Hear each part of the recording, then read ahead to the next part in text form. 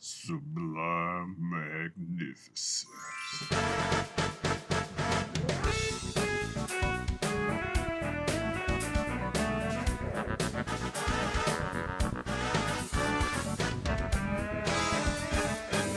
Hey guys, you know who it is, what's going on, what is happening, where is that, and why we're here today. How you doing?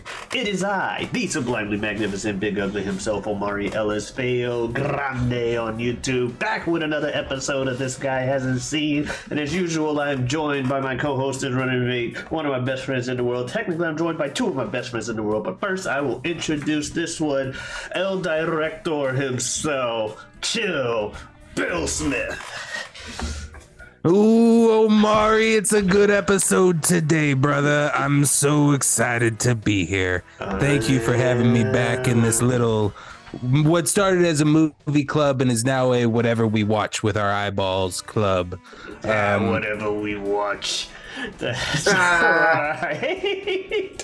I see what you did there, which is a good segue into our third person joining us today. Back once again on here, the man who bears watching, Superjaz. Superjaz.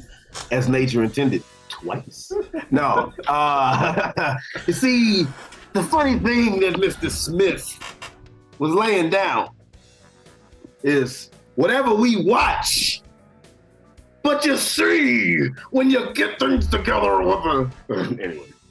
Nah, what's going on, y'all? You know I love being anytime I can be a guest on the shit is always fun. Anytime I can talk wrestling, it's always funner. So it's funnest when I can do both. Indeed, and so we're doing a thing. It's like a second part to something Bill and I did on the channel a while back, where we traded some wrestling matches. That time we did old and new.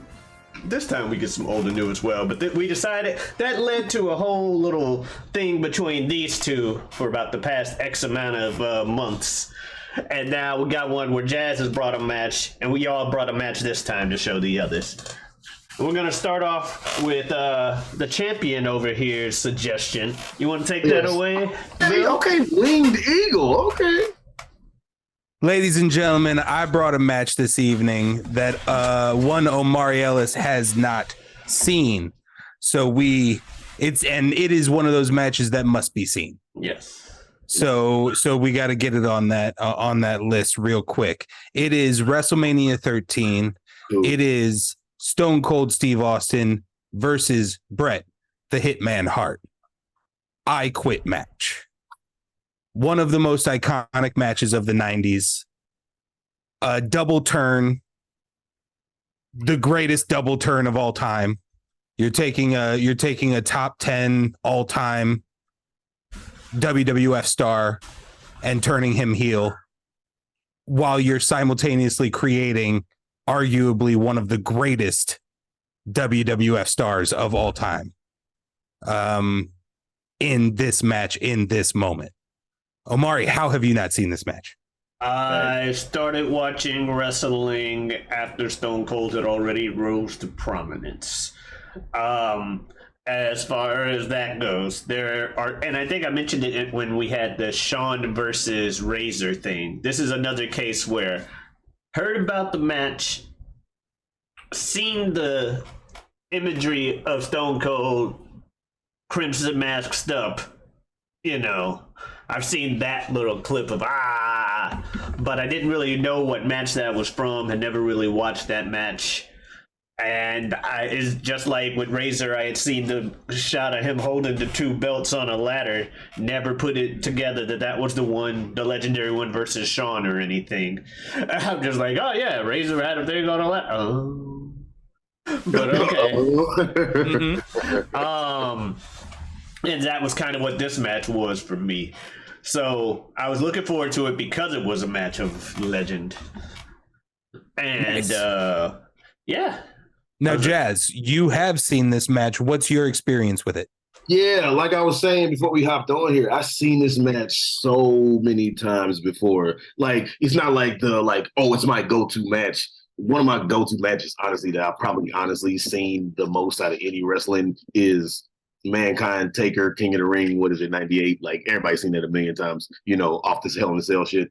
But I've seen this match so many times because I think everybody kind of somewhat heard about this match, and then the more you got into wrestling, you like even more heard about this match. I think what originally got me to see this initially was how many years ago, before Stone Cold started doing his Broken Skull sessions and all that shit, he was doing his Steve Austin show. And he would, be interviewing namely wrestlers. He branched out, started interviewing other people and whatnot. And that's when he found out, oh, damn, Stone Cold is like a really good interviewer, which makes sense, not just promos because he can talk, but interviewer.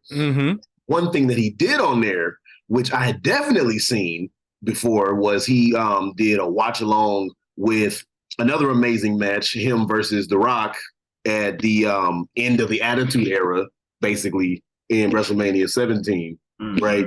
And then he also did a watch along for his like other most iconic match that he's had in his career, which was him versus Bret, WrestleMania 13. So at some point he did the watch along, and me loving the show made me, having heard about the match and knowing this match, want to be like, well, damn, let me go check this match out before I watch you or listen to you do a review of it.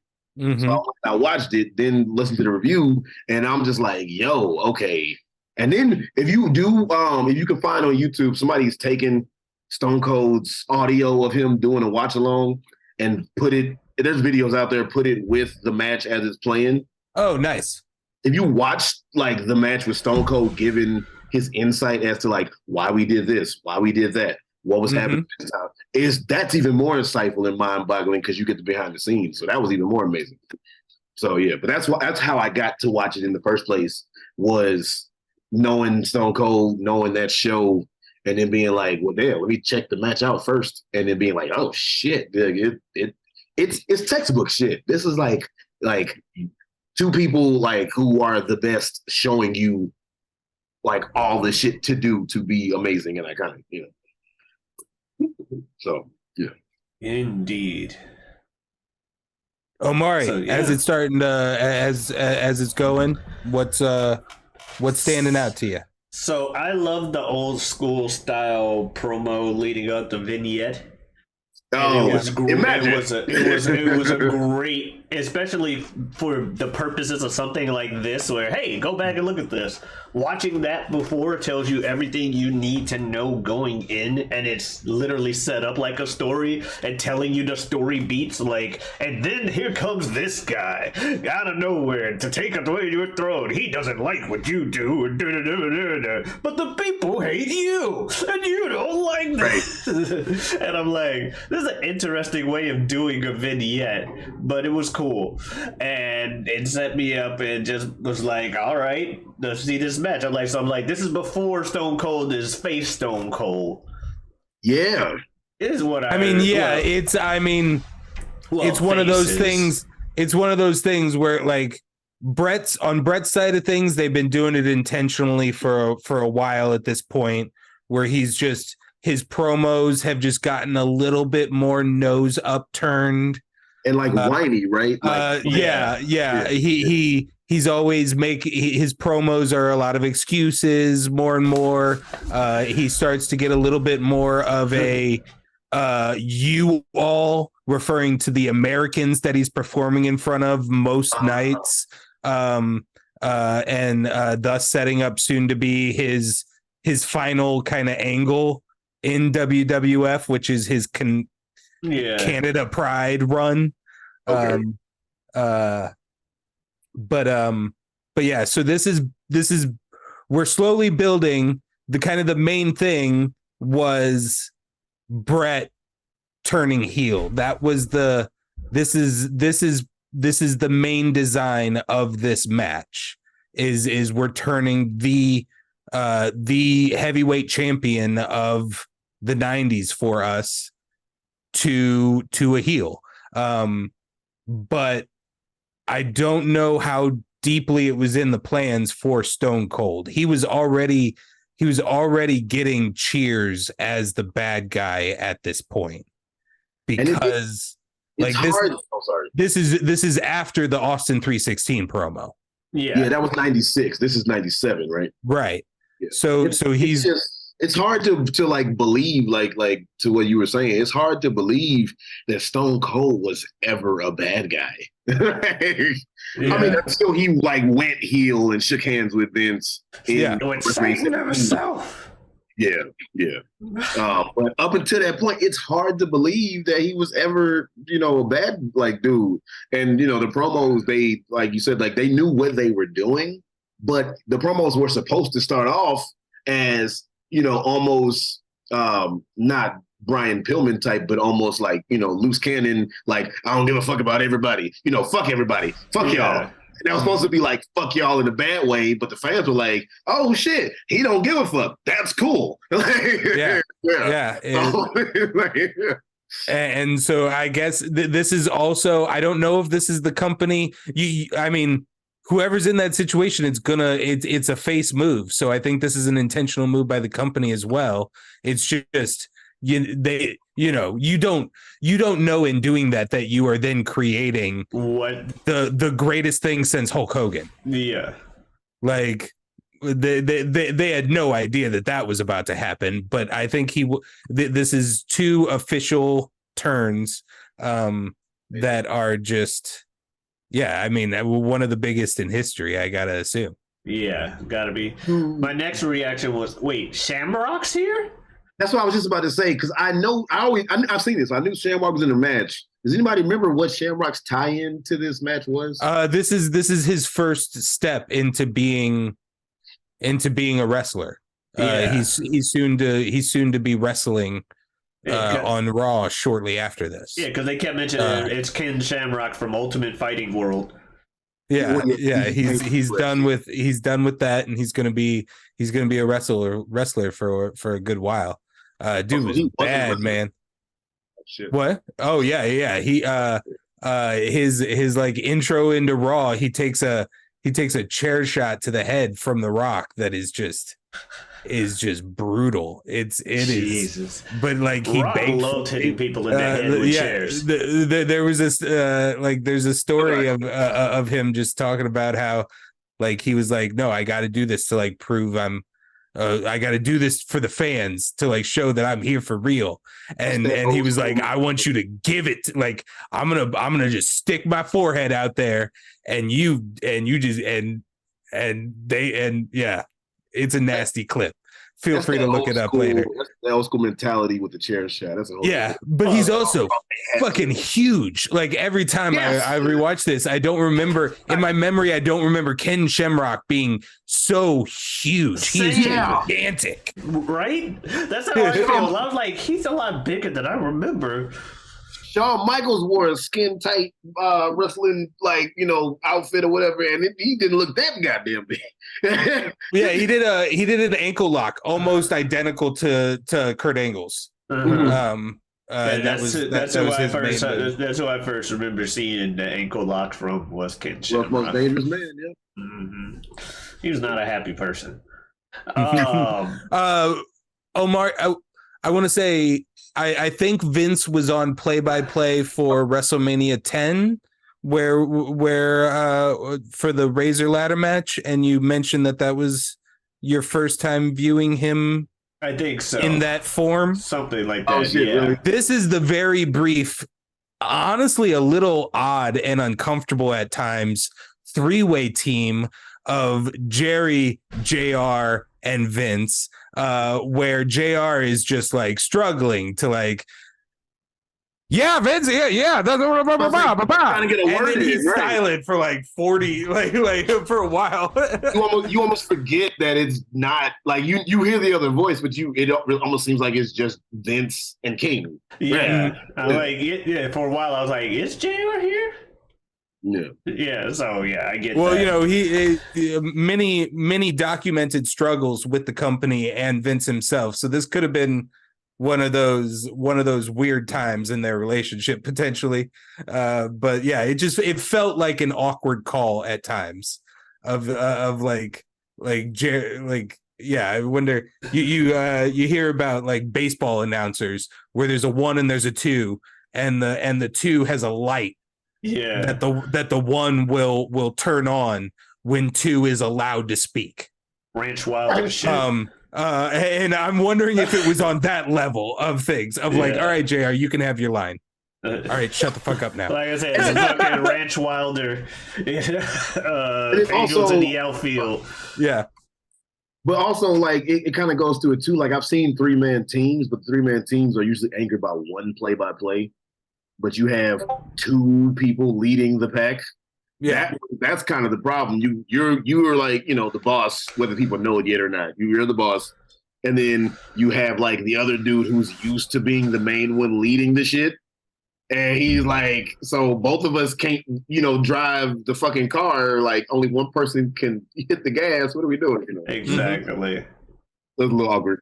I always forget that like 5 minutes of this match takes place completely in the crowd, right? And like they go pretty fast. They went outside fast. They went deep, and the crowd, the people, You can't keep up. You like they couldn't keep up with him and shit. Like, they're just like hopping in front of the camera repeatedly. Oh, there was like one dude who like turned and was like, corner shit.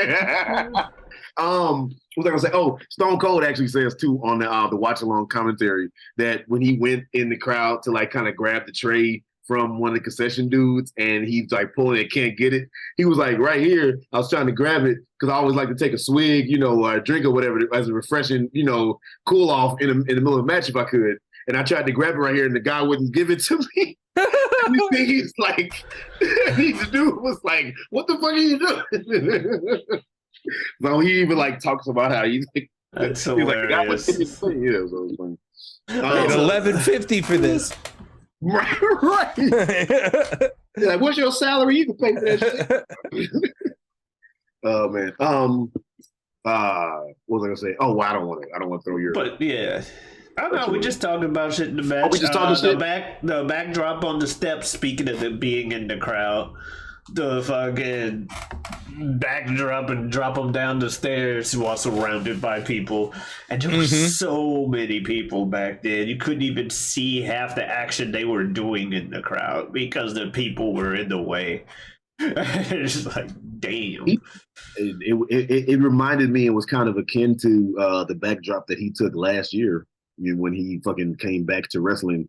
He took a backdrop versus Kevin Owens after fucking being gone for like fucking 19 years. What? Also, Stone Cold's had that knee brace forever, huh? Yes. Yes, he has. He's always had that knee brace. That's the thing. 2 of them, right? Is it just one? I thought he wore 2. He started with 1, and then it grew to 2. Oh, this dude just was fucking shit up. Physical as hell with like terrible knees. Hey, more power to him. Yep. More power to foreshadowing of that knees. ring bell. Oh yeah. Brett was talking like I'm really interested to watch that watch along Stone Cold because I have also watched I've also watched like a detailed breakdown of the match by Bret Hart. In some form, and it's always interesting how stories can differ sometimes. But Brett's version of it is, of course, that he basically orchestrated every second of it. Stone Cold pretty much says that. Okay, he pretty much corroborates. I was on the come up. Brett was more established. Not that I didn't have it in me to get there, but Brett. Brett is the ring general. He is that kind of dude. So it's not impossible, but it's, you never know what. You never know because it's 2 sides to every story. Right. It really say 3 sides, yours, mine, and the truth. But yeah, he talked about how important that ring bell spot was, and getting the bell to the ring without it being super obvious, but also it is kind of foreshadowing a moment. Also, Stone Cold dumps him off onto the apron on the wrong side of the ring, on the wrong side of the corner, and Brett has to crawl through the ring and get on the ropes on the other side because that's where the bell was. So just a weird, just an odd little spot that he mentions in the thing. And then also he goes over the fact that oddly enough, although Steve had worked for quite a long time at this point, at least in Brett's breakdown of the match, he had never taken color. Yep. I was waiting for us to get to that part. And so although it is one of the cardinal rules that you're not supposed to do of letting another guy cut you, they decided that Brett is such the professional, such the veteran in this moment, that he is going to cut Steve. Oh my goodness. And for me, it is pretty seamless, man, and it's not bad.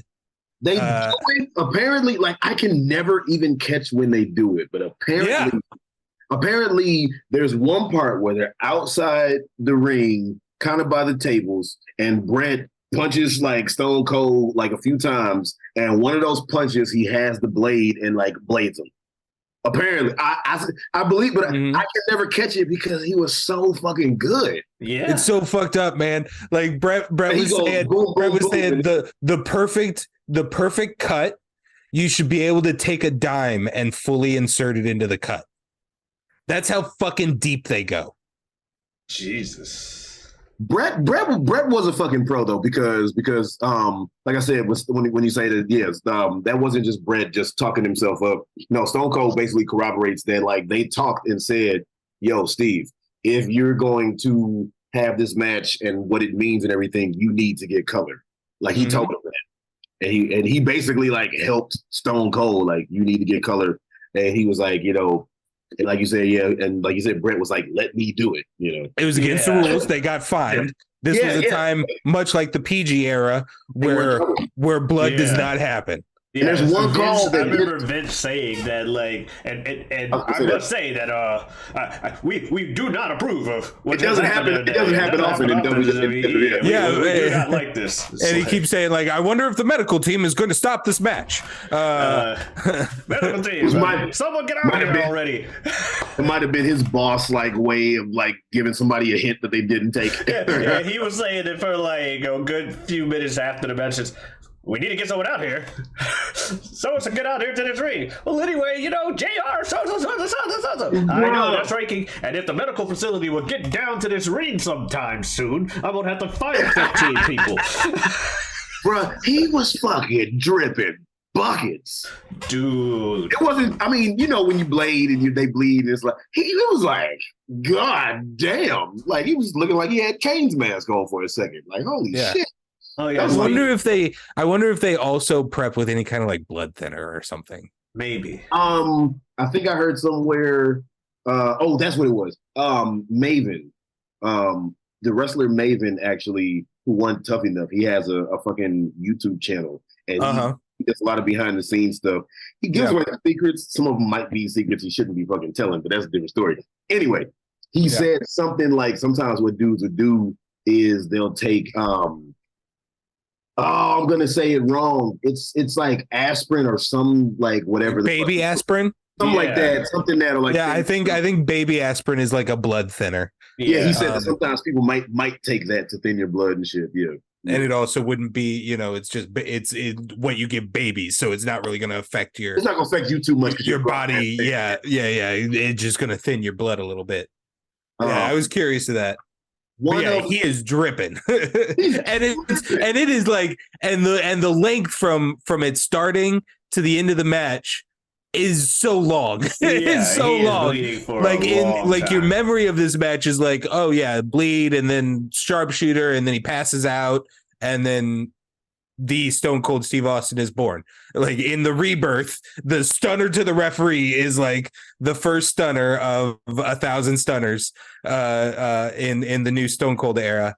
But yeah, it is a minute. We're still gonna go back and forth a few times. Stone Cold cracked me up trying to hit the sharpshooter because he was doing this look. He was like,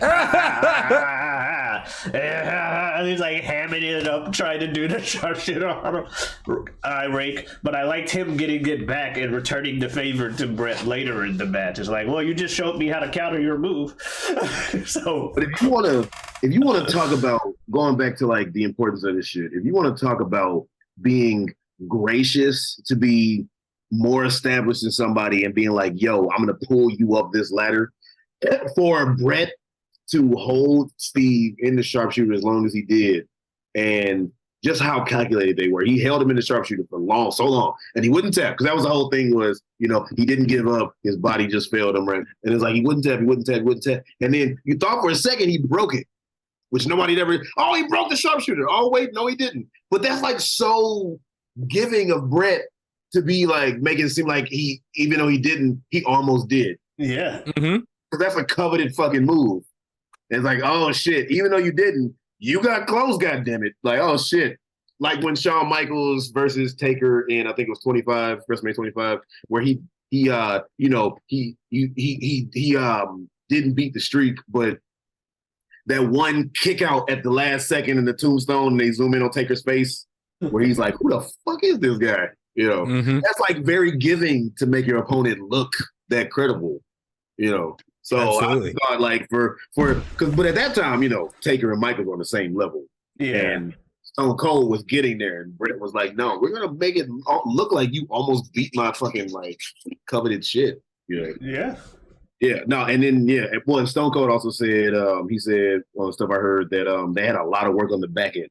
Like the work was done in the ring, but they had a lot of fallout to keep it going, and afterward, like it didn't just happen and that was it. Mm-hmm. Yeah, iconic shit, man. Yeah, I mean, 5 fucking like goddamn stars, dude. Amazing fucking match. Stone Cold, like I said, the other watch along with him and The Rock. Stone Cold has had 2 WrestleMania matches that are 2 of the best matches of all time. Oh yeah. Easily. I easily agree.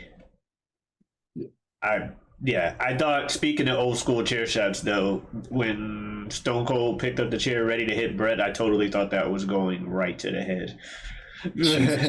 It went to the back. I'm like, wow, they actually. No, we're not quite there yet. We're not in the Attitude Era yet. So Stone Cold is about ready to usher it in.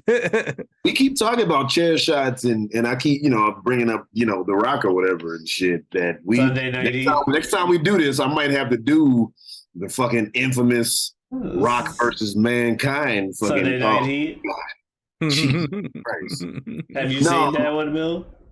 Was it Heat? It was just a regular Sunday Night Heat. It was halftime Heat. I mean, if it was during a specific era, I almost definitely saw it. Gotcha, yeah. But nothing standing out. Yeah, halftime Heat. It was like during halftime of the Super Bowl or something. It was okay. Yeah, I'm sure. Rock and Mick empty arena. Halftime Heat. No, I'm thinking of a different match. Oh, okay. But there's a lot of chair shots in that one too. I'm thinking of the I Quit match where he hit him with the fucking like chair. I mean, whatever I'll say, but he hit him with the chair like fucking like 11 times in his fucking head, like smack on his fucking head. Yeah, he's done it a lot. Yeah, I've seen that. He's done it a few times. I could have been watching live in that moment. It's too much. Too much. Anyway, that's a whole different match. But yeah, I might bring that one back. Well, y'all already seen it, so never mind. Speaking of, there's chair shots. It was too many. It was way too fucking many chair shots. And all to fucking Nick's head. So, I don't. Are there? There's chair involvement, but are there chair shots? There's certainly kendo sticks. As we move on to match number 2, the New Day versus the Usos for the WWE SmackDown Tag Team Championships. I think so. Yeah. Hell in a Cell 2017. Presented to us by the one and only Superjaz. So, dude, this match, I think it is criminal with the status of where the New Day are and the status of where the Usos are. And then even more so as time is going on with how they've even climbed up higher and higher and higher. individually with the Usos and collectively, as well as New Day. And then Kofi even got the title at one point, and so did Big E. I think it is criminal how this match is not talked about more. This match is, I think, one of the most underrated matches of all time, and I stand on that. Straight up. Shout out to Brian Zane, Wrestling with Regret, YouTube. I watched his review of this some time ago because he reviews pay-per-views and shit, and he said, which one would think at the time, he was like, I'd be surprised. I think this match will innovate, tag team wrestling, or at least in Hell in a Cells, the way that the Hardys, Dudleys, and Edge and Christian did back with the TLCs. Just the fact that this shit is just not talked about or even brought up in the slightest with what they did. Now, I will say, I guess I'll go into how I ended up watching this match in the first place. So, all us diehard fans who stayed watching wrestling well after the Attitude Era and well into the Ruthless Aggression Era, and even, past the PGs and all era and all that shit. At some point, we fall out of love with wrestling, but we still might keep up with it a little bit. And then we stop watching on a regular basis. We get back into it. We stop watching. We get back into it. So I had gone through a stretch of, I never stopped keeping up with this shit because I love it too much, but I had gone through a stretch of not watching it for real. And I got back into watching wrestling and got reminded as to why I loved it, which was why me and Omari tried to do a wrestling podcast. Who got me back into it. WrestleMania 34. It was the match with Kurt Angle and Ronda Rousey versus Stephanie and Triple H, and match of the night reminded me why I love it. So then I went back and said, "Oh shit, okay, what was some of the shit that I might have missed?" Mm-hmm. And I was like, "Oh, okay." Clicking through stuff at the time, had the WWE Network before it went to Peacock. Okay, cool. And I was like, "Oh yeah, New Day Usos." Turn this on. I was like, "Oh my god."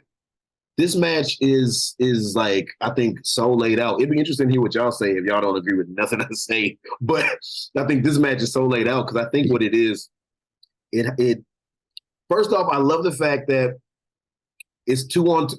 Also, this was the first 2-on-2 first tag team Hell in a Cell too. But this was 2-on-2. But since the New Day is 3 people, they still let Kofi be a part of it, even though he's not in the match. He's still a part of what's going on. They play to both teams as far as the New Day.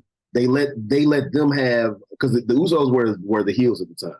So they let the New Day have like the baby faces with the fire or whatever, but they still play to their silliness, with very different spots. But then also they let the Usos play to that whole street vibe they got at times when they were just brutally just going to town on them and shit. So day one-ish. Shit. Yeah, man. I very much I stand by, and like I said, I'll turn over to one of y'all and see if y'all fucking hopefully not, but if y'all crap on everything I'm saying. But I stand by one of the most underrated matches of all time. And I do think that where both teams have solidified themselves, I think it's criminal it's not talked about. Like, at least a little bit. So, well, if you think this match is underrated, I gotta tell you that, yeah, you're right. Yeah, I enjoyed it. But I watched it, watching this time, the promo at the beginning, because I was kind of because it opened the show of the pay-per-view it was at. Yeah. And New Day came out with their promos, and Big E is just like, they talk about the Uso Penitentiary, but this is the New Day Apocalypse. That's one of my notes is a promo pre-match in the ring at a pay-per-view feels a little odd to me. I don't know if that's a typical New Day experience, but like that's a Raw thing. To take the mic right before the match, but like pay-per-view, I don't know. It felt, I don't know. It just kind of felt. I feel like the times that it does happen, it kind of preludes a title change. Usually the heel talks shit or the champion talks shit and then they lose. I just thought what was weird about it more than giving a promo before the match, I thought it was just weird because I was like, that's cool, but Penitentiary and Apocalypse are kind of not in the same realm at all. No. Like, Yeah, it was kind of an awkward promo. In addition to it just it being was in cool. That was cool. Yeah. If Yeah. you know Biggie, you don't. I mean, I get what you're saying too, though. it was fun, but not. Oh, Yeah. I don't know if it landed perfectly like they were hoping for it to. I will say it. Oh, go ahead. Yeah. Yeah. I will say it felt really good to hear for the first time in a long time. Oh, Detroit! Don't you dare be sour. Clap for your wild fairies. I don't remember how many times it was this time. Champs and feel the power. It's a new day. Yes, it is. Yeah, man. For me, I was really excited because I only know the New Day. I have only known the New Day in promo form or in like backstage clips. Okay. And then Xavier Woods, aka Austin Creed, Up, down. down, video game world, YouTube world stuff, G4 revitalization stuff. And I really enjoyed him from all of that stuff. I really like him just as a entertainer, a host of things. The new WWE game, he's basically the host of that video game. It's fun. But this is my first time actually watching anything match form other than Kofi Kingston when he used to be Jamaican. I've seen plenty of Kofi Kingston, the Jamaican wrestler, but nothing from New Day other than like I said, like backstage clips, little clips of like them popping out of the cereal box at one of their big entrances. Saiyans from Dragon Ball. Yeah. So that kind of stuff. So I was excited to actually see them wrestle, and I also agree that it did not disappoint. It's a very fun match. They're doing some things. I gotta get to my notes. Somebody else. Omar. Yeah. I love the thing at the beginning with the fucking tag team chain punch. They drop the chain around them, lift them up. The tag team move and fall on them and shit. Yeah. Big E's suicide dives and spear into the cage. Big E suicide dives.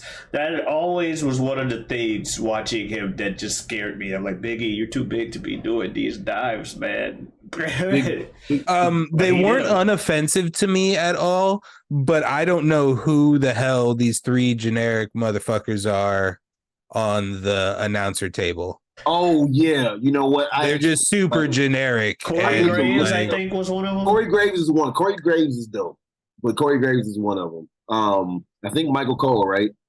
I don't even think Cole was there. I don't think Michael Cole was there because I know Michael Cole, even though it's hard for me to directly recognize him from my original Michael Cole memories, because time has Michael Cole ravished might us have not all. have done that match. He might have been at that pay-per-view. It might have been like the Raw versus SmackDown type shit during that time where it's like Team Raw's commentary is gonna do this match.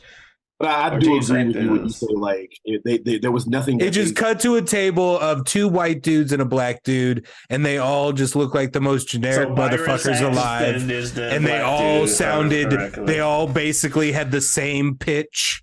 And it all just kind of felt like I was just like Phillips or whatever the fuck his name is. I just looked it up. He was never bad, but he is generic as shit. Tom Phillips. Yep. Tom Phillips he's a good announcer, but he's just there. Yeah, they weren't unoffensive. It was just like Corey Graves and Byron Saxton. Byron Saxton was the black guy. Corey Graves, yeah. Corey Graves is actually, I think, out of the three of them, like the best announcer. I think he really is good. The two of Corey Graves and Byron Saxton were former wrestlers at one point. I think Corey Graves had like physical issues or injury or some shit and stuff. So I don't know what happened with Saxton, but yeah.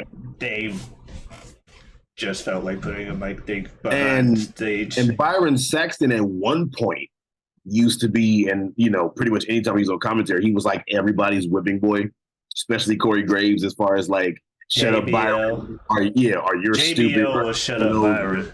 Yeah, shut up Byron, you're stupid, whatever the fuck, right? Mm-hmm. And then whenever Carmella would get on there, the few times she would get on there and shit, she would always just shit on Byron. But yeah, when they pulled out the music. Oh my god! Yeah, that's one of my notes is the whole instrument thing. Yeah. That's what I love too, because this match had like parts. It had that part. That's why I say it played to like the creativity and silliness. Because he pulled out the trombone and hit, and the fact that he like kissed it first and then hit him with the shit, and then he pulled out a fucking like gong. It has been so silly. Oh shit! Yeah, it's one of those things like when people talk about silly shit that they'll see in modern day, whether it be WWE or AEW, they'll like see people doing some silly shit in the match. Like, what has wrestling become? And I'm like, it's always been there. It's just whatever characters do it, and these happen to be characters that are doing it. I saw something online. Shout out to Chris Van Vliet, does amazing interviews. He put something on Instagram, and he was like, say a good thing about wrestling that everybody would agree with, right? And the thing I said was, whether you hate it or love it, this is some of the silliest shit that you could ever watch.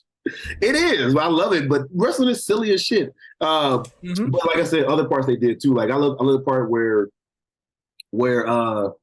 he said, "You want to talk about a penitentiary? We're gonna put you in jail." Like, I mean,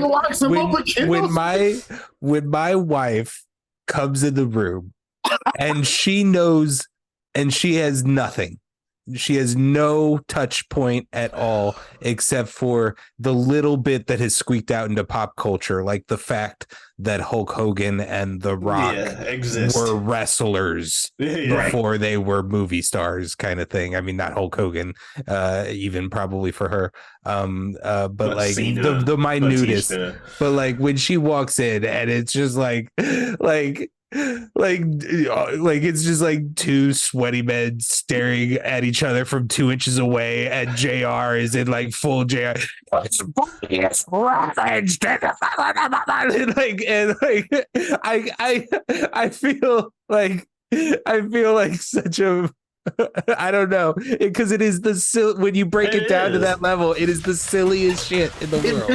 It's the silliest shit ever. Crunchyroll did a video comparing wrestling to anime and saying wrestling pretty much is anime, and had a whole argument of like why it would be able to qualify. And I'm like, I can see connections. Yeah, I can see it. Usually, you find a lot of crossover with those fandoms. What was I gonna say? But another thing I always say with wrestling too is the reason why us wrestling fans, as opposed to people who aren't fans of wrestling and even more so think it's stupid, the reason why we have a good time is because we allow ourselves to suspend the disbelief. Yeah, we understand we're watching a TV show. I don't believe that a dude is gonna get locked up with fucking kendo sticks in the corner. Like, he easily could just move the shit out the goddamn way and run over and whoop his ass. But I allow myself to fucking have fun with this shit. Like, I don't believe that you're going to smack somebody with a trombone and then they're going to get back up instantly. Like, come on, man. But yeah, also a trombone wouldn't just shatter. It would probably just bend. It would probably just bend a little bit. But like, what was I gonna say? Another moment. But yeah. The kendo stick spot was awesome. That was so creative. But in general, I've learned in my new watchings that this era just kind of loves the kendo stick. And this match in particular really loves the kendo stick. The Usos love hitting. Like, that's some like weird like true friendship shit. Like, because you know these guys are all cool with each other backstage, especially if you've seen any of Austin Creed's content. Right. With Xavier Woods being handcuffed up. I was just about to bring that up. And the Usos talking shit to Kofi and laughing before they beat the shit out of this man. Dude. Like, just that was so good, though. like, That's what I mean when I say it played to like, because the Usos had that street vibe or whatever. That's some street vibe shit. Like, I don't give a fuck. And they fucking win. Oh man. Yeah, there was one in that moment where you can see the welt instantaneously form.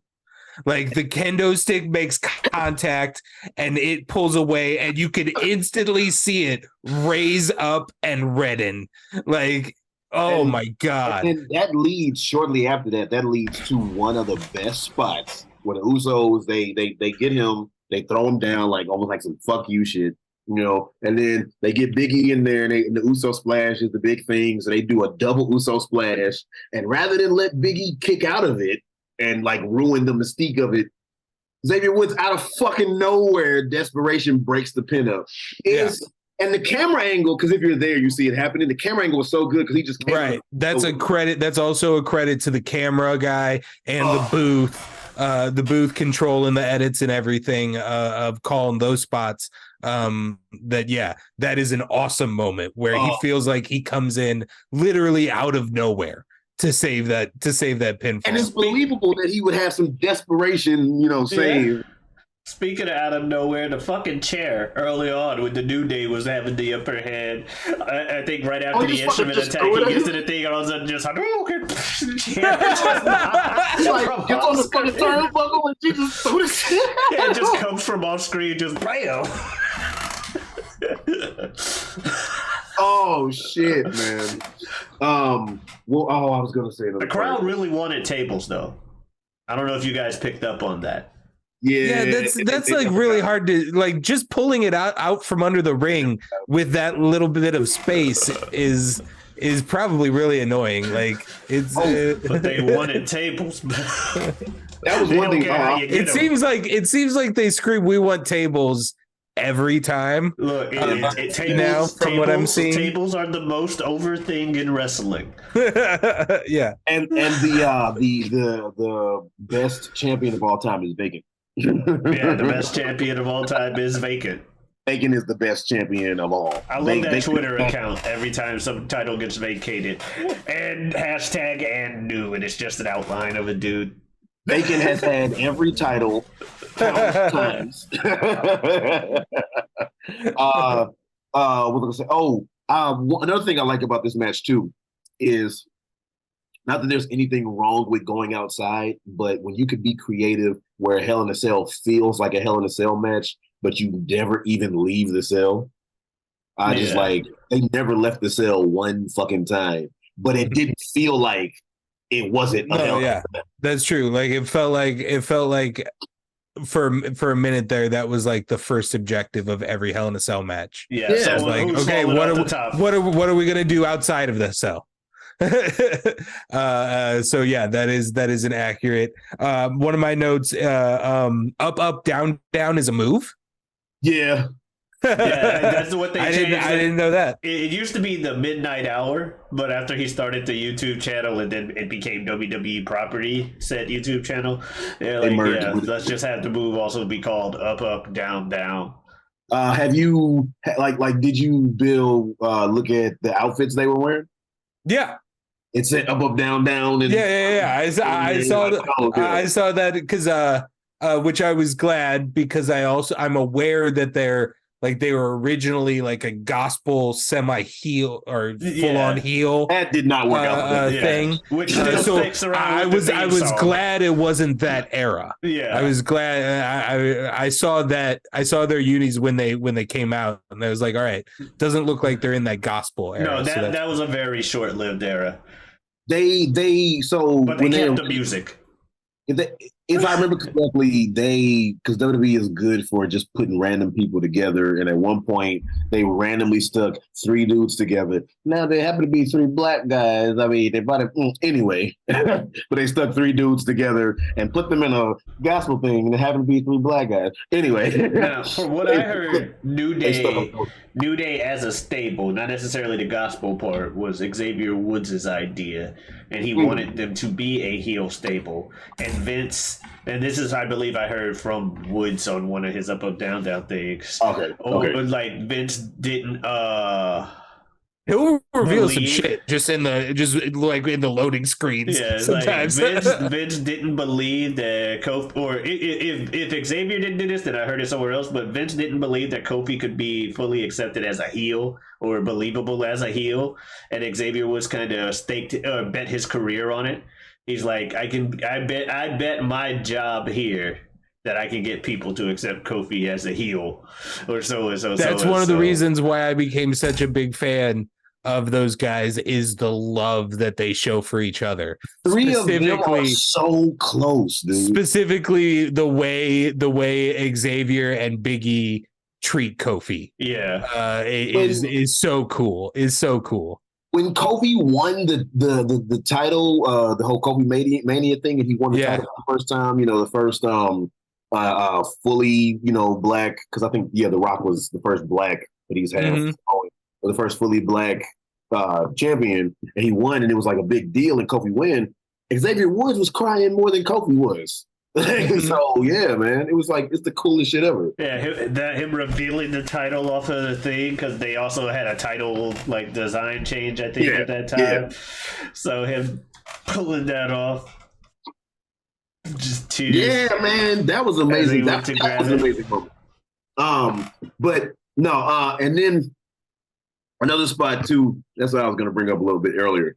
They faked me out where Xavier Woods is handcuffed and they start hitting him, and he's kind of like, hulking up and like, oh shit, and they hit him. It's like, oh shit, and they hit him, and then they just whoop his ass.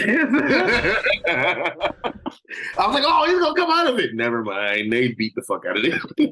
Yeah, I had forgotten who won this match, so I thought the New Day were going to win. So I'm like, oh, he's gonna do this, and Big E's gonna get up it. Oh no, it's over. Oh shit! And I mean, they definitely, again, they earned the finish to where both people looked credible, because they did a double Uso splash with a fucking chair. So yeah, it was like, after a long, intense match that already had a few kickouts, I feel like that's an honorable drop at that point. Both teams had a finisher, kickout, and a breakup. Yeah, and you called for this match. You, like, through the storytelling of the announcers and stuff. Yeah. New Day asked for their next title defense to be in a Hell in a Cell. So like, that you asked for the hardest version of the match. You battled hard. Yeah, lots of kickouts. Honorable drop for sure. Amazing shit, like, for real. And like I said, I love that you had a 2-on-2, but the third man didn't feel like an afterthought. That's what I like. Oh, that's why I like the little free bird rule the New Day had. Yeah. But yeah. Omari, on to our third match. What do you got for us? Match. So, speaking of big men, so Bill had mentioned in the past something about liking wrestling, and he liked the Big E quote about, big meaty men slapping meat. And when we got our first 2 suggestions, a little peek behind the curtain, Bill was like, or at first it was, I was under the impression it was something that neither of the other 2 had seen, but we could, if it need be, only one of us not seeing, it was fine.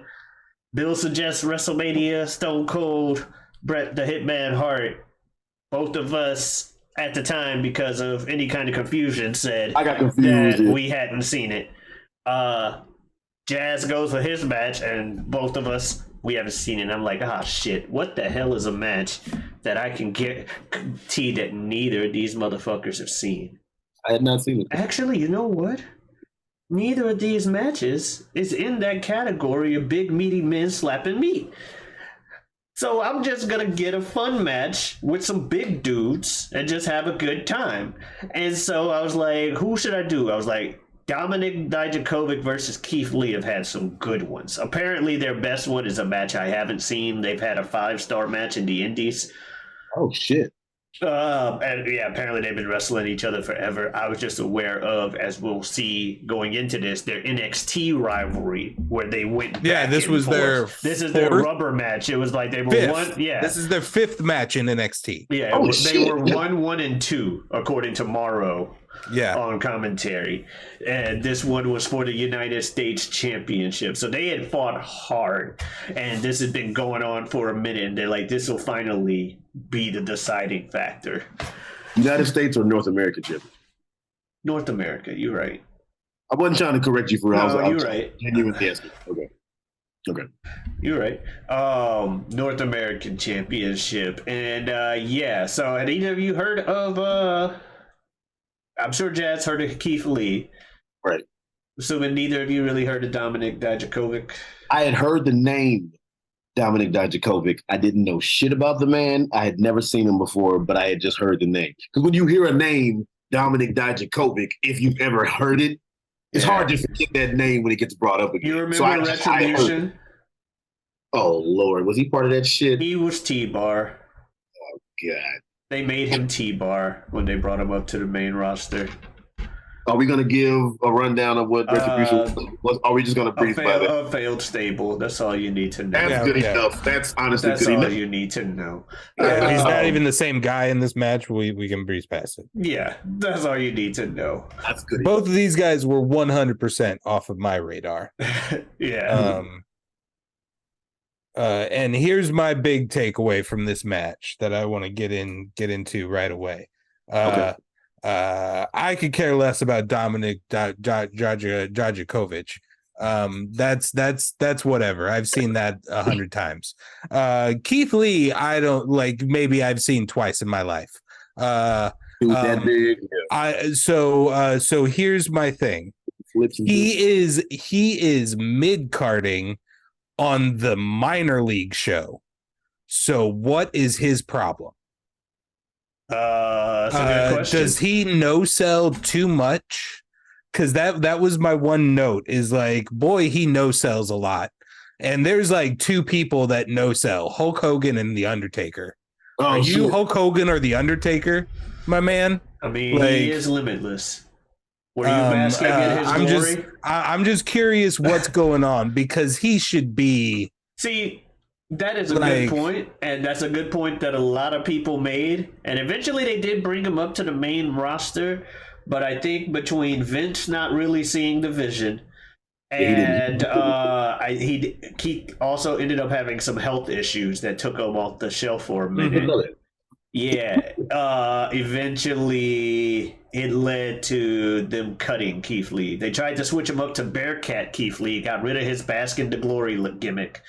That was dumb. Yeah, but no, you saw the crowd though. Bask in his glory. That's Keith Lee's thing. Like he's had moments at the Royal Rumble, I think, where he was face to face with Brock, and even did like a push that had Brock look like, who the fuck is this dude? Type shit. So you're right. Everyone's wondering what the hell. Then he went to AEW, and people were expecting him to be main event picture over there. And for whatever reason, he was on top for a second, and then he was on top of the tag team division. But they just didn't do nothing with him over there because everybody got happy based off of going to what he was saying. Everybody got happy when he went to AEW because they knew that he hit unfair ceiling in WWE. So they're like, "Oh shit, okay." And then AEW didn't necessarily do much with him either. So I don't know.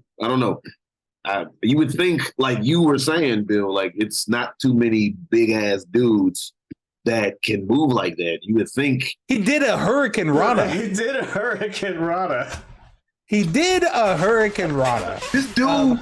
My problem was his no-sell gimmick. That was the only thing that I didn't love about it was early on in the match, the amount of times he did like a Hulk Hogan-esque like no, to a dude that's taller than him and bigger than him in some ways other than round circumference. But like, you know, longer reach, towers over him. He's got to look up at Dominik, but yet he's still was just big as fuck. Like he's still doing all of that kind of stuff. And like, you can't knock me. You're not that big to do the like, you can't knock me down kind of thing. I don't know. Like, use your incredible athleticism. You don't need to do that bit necessarily. I will say this, going off what you said, it didn't bother me, but I will say that this match, and you know, what's his name? Lee ends up winning in the end anyway, but this match, it did feel like Dijakovic was laying his shit in, and the match itself was, you know, a great motherfucking match. But it felt like this was more of Keith Lee's coming out party. From what I saw, it felt like the highlight was more on, yo, we're making Keith Lee be the next NXT guy, and he was. He was right. For a minute. It felt like that's what. Did he ever have a real belt run? Yeah, like the NXT Championship. Oh yeah, no, he won it, and he had it and a North American at the same time.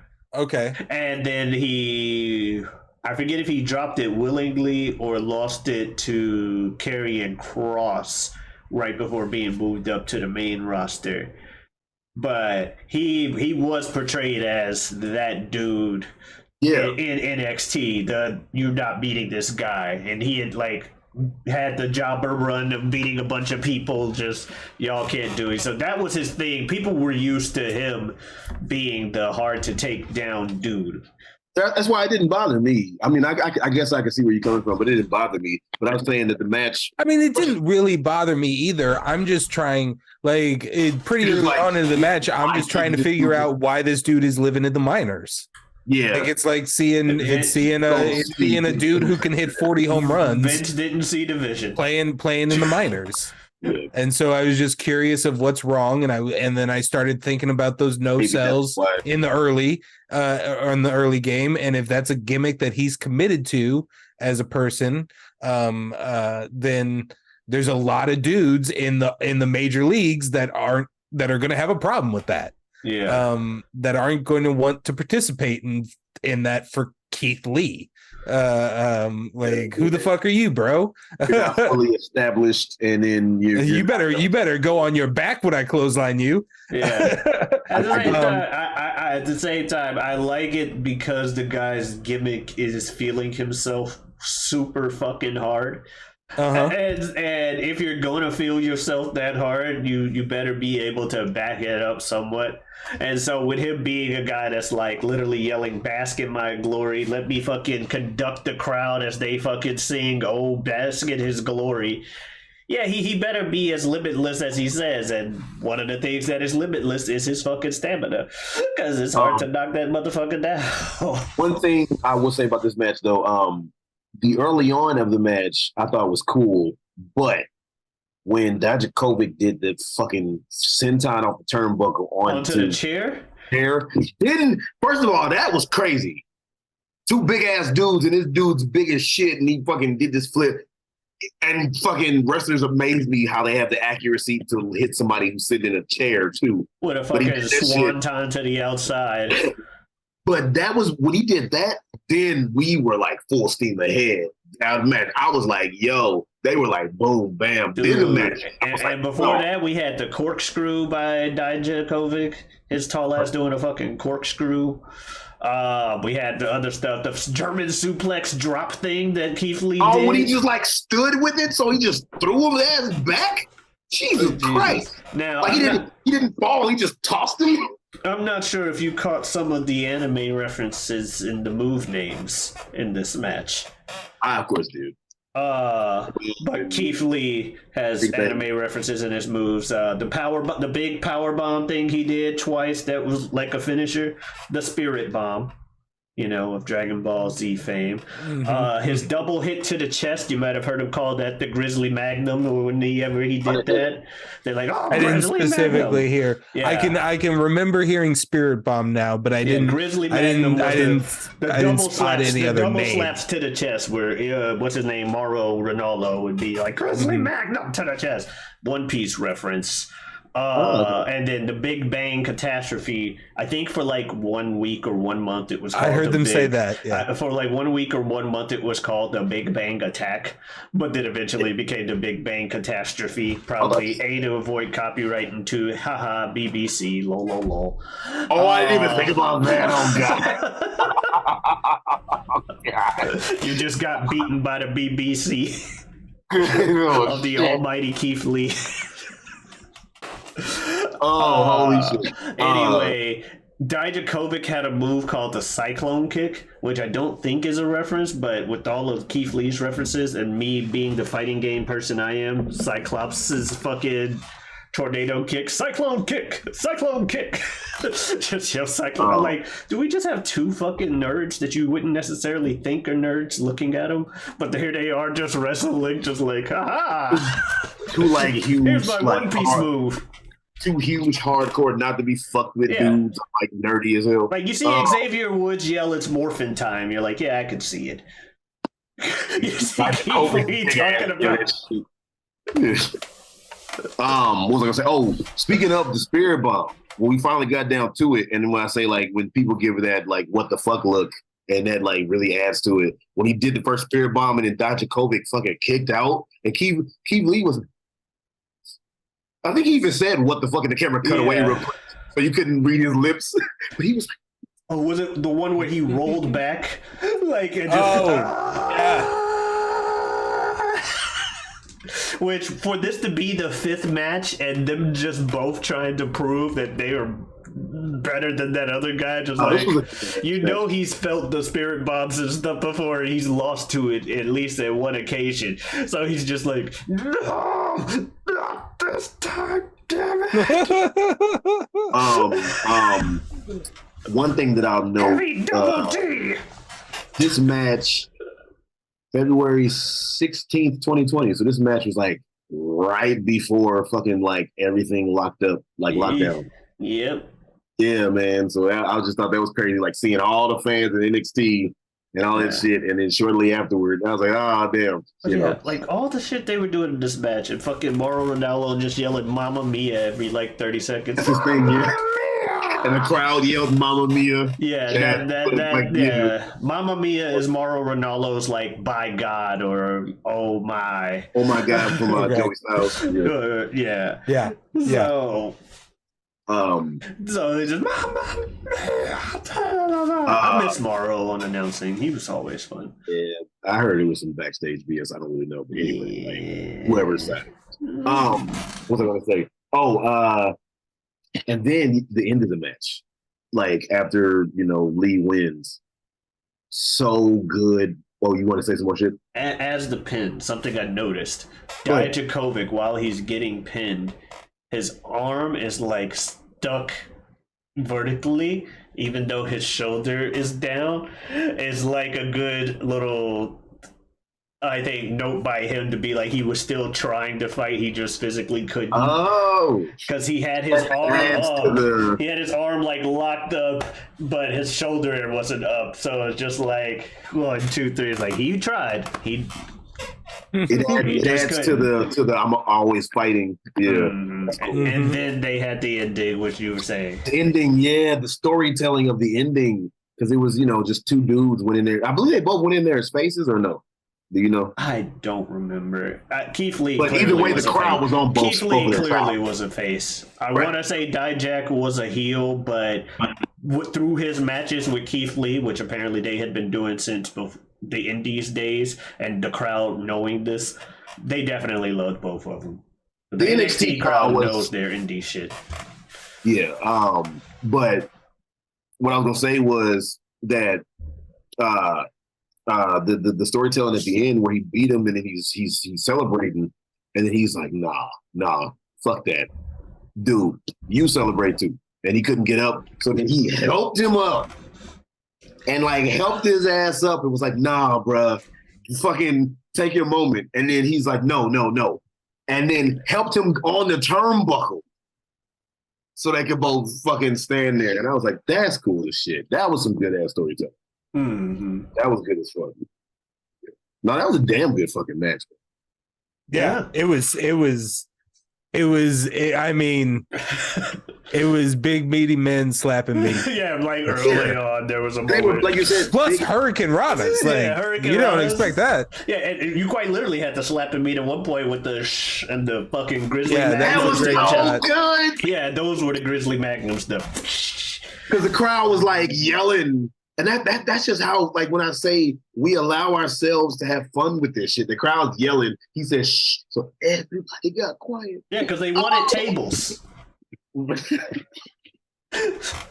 They were outside, so the crowd went, we want tables. And then he told them to shut up and slap the man on the chest. And they were like, this works too. And everybody's like, ah. And then the second time he did it, the crowd got quiet without him telling them to because they wanted to hear. They were like, oh shit, okay, we want to be quiet this time. We got to hear this shit. Like, Dude, have you ever been in an arena for one of those shush slaps? Like a big motherfucker doing one of those, whether it's Big Show doing it or something like that? I definitely have. I can't tell you a specific time, but I definitely. No, I feel like when I was going to the arena, Big Show was a wrestler, but it was prior to him Doing that. him shushing Yeah. before a big slap. Yeah. Dude. I definitely have. It's just been a while. Those Like, shush slaps ain't no fucking joke. I saw one at an AEW show from Big Show because it was like wasn't even a match that was aired that night. It was kind of like a dark match to pre-start that thing. 3 random jobbers come down to the ring, and then all of a sudden the music starts hitting. It's like dun, dun, dun, dun, dun, dun, dun, dun, dun, dun, whoa. And then Big Show just gets up from the commentator thing, starts taking off the suit. And he goes down there. I'm like, man, it is 2021, and I'm about to watch Big Show squash 3 jobbers. This is awesome. About to say, you would think that you'd be saying 20 years ago, right? But yeah, he did one of those. Shh. And I was pretty high up. I still heard it. Jesus, fucking hurts like shit. It has to. But the thing is, when it comes to chops, you can't really fake that. You just kind of have to just take that shit. You can't fake getting slapped in the chest. Especially not loud enough for the people in the rafters to hear. Jesus Christ. Oh, man. And you know that fucking these motherfuckers, they all lift. So those are some heavy fucking arms and a lot of power coming at you. The smallest dude is big as fuck compared to the average person. So the big dude. Big Show's fist is like the size of most people's heads. And he's You slapping you on the chest. Remember when he was going against Floyd Mayweather and there's a part where he holds his fist up in that pose and it's as big as Floyd's fucking head? So Man, that's insane. it really is. That's honestly another good match too, surprisingly. Floyd Mayweather versus Big Show at WrestleMania, I forget which. That's actually a surprisingly pretty fucking good match. But that's a whole different thing, There you go. Well, those are 3 pretty good matches. I think everybody left. I mean, I think we watched 3 great matches. Yeah. I think we really did. Yeah, I'm glad you guys enjoyed the Dijakovic versus that. I was trying to go for what neither of you had seen because I thought about doing Sheamus, Gunther, Drew from WrestleMania this year. But I wasn't sure if Jazz had seen that one. I was watching some of the stuff or keeping up with it, but I had not seen it or heard of it yet. Fair. Gunther's been somebody who's been killing shit lately with his matches. I'll probably pick one of his if we ever do one of these again. In my return to watching wrestling, I saw Gunther versus Miz at Survivor Series. It was a pretty solid match. Gunther, yeah, you talking about a slapping or chopping machine. Oh yeah. Well, he's an everything machine. Any move can fucking end you. He doesn't really have a finisher, to my knowledge. So we've got what we did. That might have changed, but for the longest during Walter's shit, there was no finisher. It was, oh, he hit you with a top, you lost. Oh, he hit you with a power bomb, you lost. He could beat you with anything, so you had to stay on your toes. But yeah, so we had iconic, we had underrated. What's a word that you would use? Anybody for Dijakovic and Lee? Meat. Iconic, underrated, and meat. I had a simple goal, and that goal was accomplished. Yeah. All right, this was a great one. This was fun. So, Jazz, I'll go ahead and let you start. Where can people find you? So if you'd like to find yours truly, then you can go ahead and look me up anywhere you stream your music. Look me up under the name Superjaz. That is spelled Superjaz.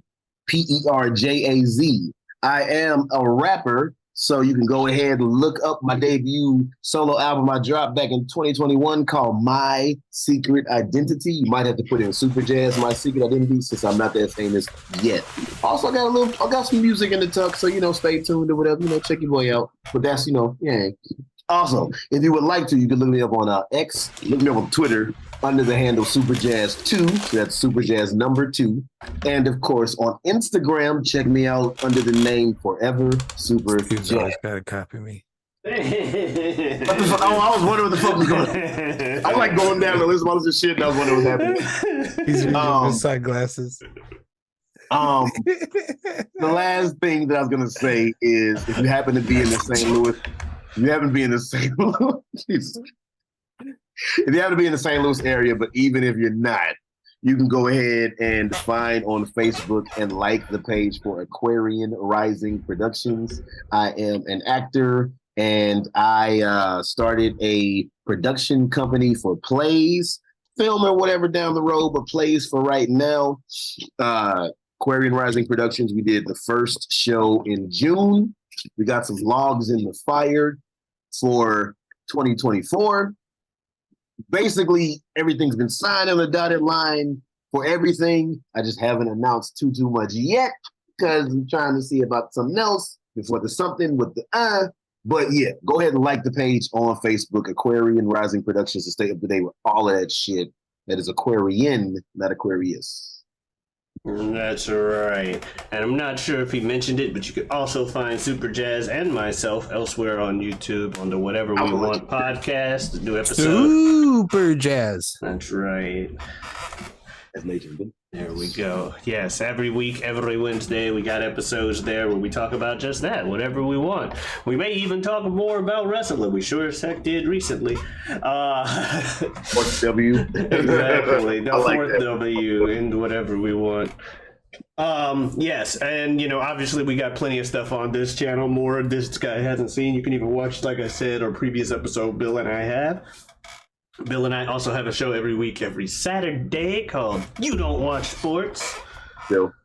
Two guys talking about sports, being your guiding light through the sea of conversation that is sports. Okay. And Bill, you got anything else you want to say to the folks? My hat is velvet. Ooh, Oh, damn, it is. that's pretty godlike. That's pretty sick. I'm not gonna lie. So I'm a little jealous. my hat is velvet. Fuck Can't off. copy that. So, yeah. Well, you guys have a good one. We'll see you next time. Peace, people. Adios.